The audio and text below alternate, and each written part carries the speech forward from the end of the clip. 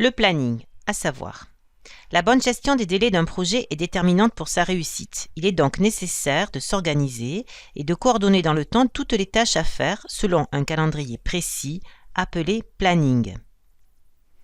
Le diagramme de Gantt est une représentation graphique d'un planning qui permet de visualiser facilement les différentes tâches d'un projet et la gestion des personnes ressources. Il existe aussi le diagramme PERT.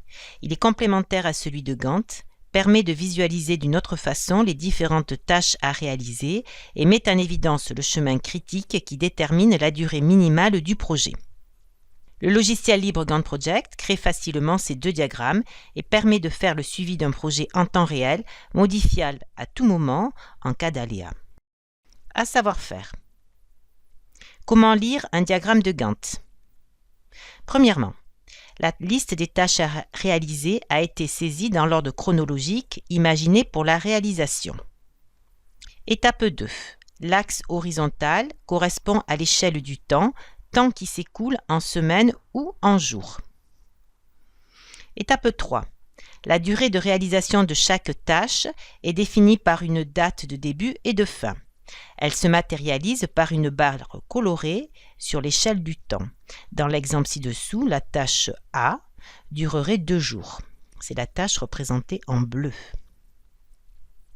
Dans cet exemple, la tâche B sera réalisée par 2 sous-groupes d'élèves qui travaillent au même moment. Étape 4. Les ressources sont les personnes qui réalisent la tâche. Dans l'exemple de la tâche A, on remarquera que les ressources sont le professeur et tous les élèves du groupe, Paul, Emma, Lou et Pierre. Étape 5.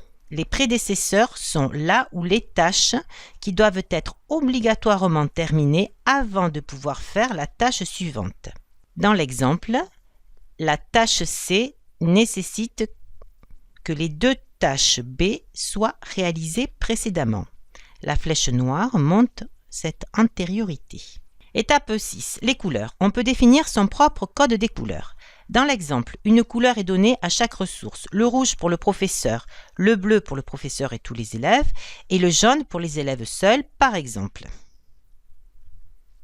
Étape 7. Le jalon se matérialise dans le planning par un losange coloré. Il correspond soit à un événement, un moment ou une date importante mise en évidence dans le planning que l'on retrouvera à cocher dans les propriétés de la tâche. Dans l'exemple, le premier jalon correspond aux commandes du matériel. Comment lire un diagramme PERT? Cette autre présentation graphique montre principalement les prédécesseurs entre tâches, mais aussi met en évidence la durée minimale du projet, case entourée en bleu, que l'on appelle le chemin critique. Ce chemin est continu depuis la première tâche jusqu'à la dernière tâche et détermine la durée totale du projet. Tout retard affectant une tâche du parcours critique repoussera évidemment la date de fin. Durée de ce projet, 2 plus 2 plus 1 plus 4 plus 4 plus 2 plus 1, soit une durée du projet de 16 jours. Comment réaliser ou modifier un diagramme de Gantt? Pour réaliser ou modifier un diagramme de Gantt, je dois maîtriser 5 procédures. Pour une nouvelle réalisation, il est bien sûr conseillé de suivre l'ordre de ces étapes. Premièrement, ajouter les ressources humaines. Deuxièmement, ajouter les tâches à faire dans l'ordre de réalisation. Troisièmement, déterminer les propriétés générales de chacune des tâches. Quatrièmement, déterminer pour chacune des tâches ses prédécesseurs. Et cinquièmement, associer à chaque tâche une ou plusieurs ressources humaines. Étape 1. Ajouter toutes les ressources humaines. Avec cette première procédure, on ajoute une par une toutes les personnes ressources du projet, personnes qui ont fait partie du groupe de projet. Pour cela, cliquez sur l'onglet Diagramme des ressources, cliquez sur le bouton Nouvelles ressources, complétez la fiche de la personne ressource, nom plus rôle dans le groupe. Le rôle est le nom défini par défaut. Cliquez OK pour valider la ressource. La personne ressource apparaît donc dans la liste. Toutes les personnes ressources du projet sont ainsi listées. Étape 2. Ajouter toutes les tâches à faire. Avec cette deuxième procédure, on ajoute une par une toutes les tâches à faire dans l'ordre de réalisation sans se préoccuper des dates pour l'instant. Procédure. Pour entrer une nouvelle tâche, cliquez sur le bouton correspondant.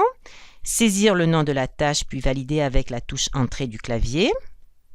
Recommencer la procédure en cliquant sur le bouton correspondant pour la saisie des tâches suivantes. Étape 3. Déterminer les propriétés générales de chacune des tâches. Avec cette troisième procédure, on saisit pour chaque tâche les propriétés principales de celle-ci, sa date de début et sa durée de réalisation ou date de fin, sa couleur.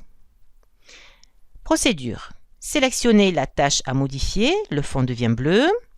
Cliquez sur le bouton Propriétés de la tâche. Modifiez les principales propriétés de la tâche sélectionnée.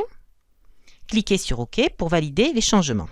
Quatrième étape, déterminer pour chacune des tâches ses prédécesseurs. Avec cette quatrième procédure, toujours dans Propriétés de la tâche, on saisit pour chaque tâche ses prédécesseurs, aussi appelés antériorités. Procédure, sélectionnez la tâche à modifier, le fond devenant bleu. Cliquez sur le bouton Propriétés de la tâche. Cliquez sur l'onglet Prédécesseurs. Ajoutez le ou les prédécesseurs à la tâche sélectionnée. Dans l'exemple, la tâche A doit être terminée avant le commencement de B. Cliquez OK pour valider les changements. Cinquième et dernière étape, associer à chaque tâche une ou plusieurs ressources humaines. Avec cette cinquième procédure, toujours dans Propriétés de la tâche, on associe à chaque tâche les ressources humaines parmi les personnes du projet.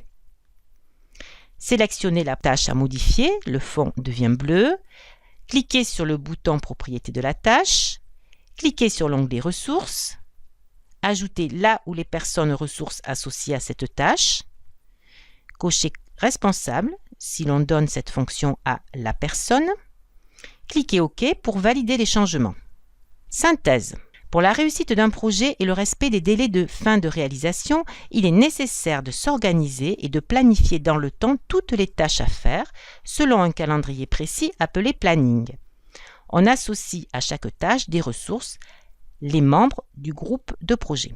Les diagrammes de Gantt et de PERT permettent de visualiser un planning. Le logiciel libre Gantt Project permet de créer facilement ces deux diagrammes et de faire le suivi du projet en temps réel, modifiable à tout moment.